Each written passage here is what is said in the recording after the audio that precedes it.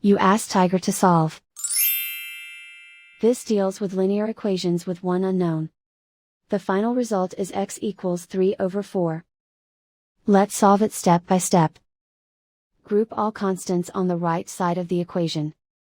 Add 29/4 to both sides. Combine the fractions.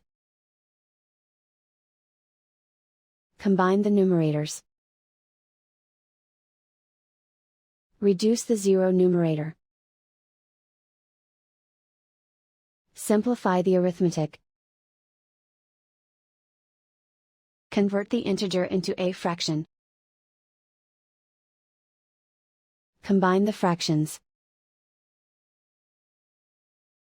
Combine the numerators. Isolate the x. Divide both sides by 3. Simplify the fraction. Simplify the arithmetic.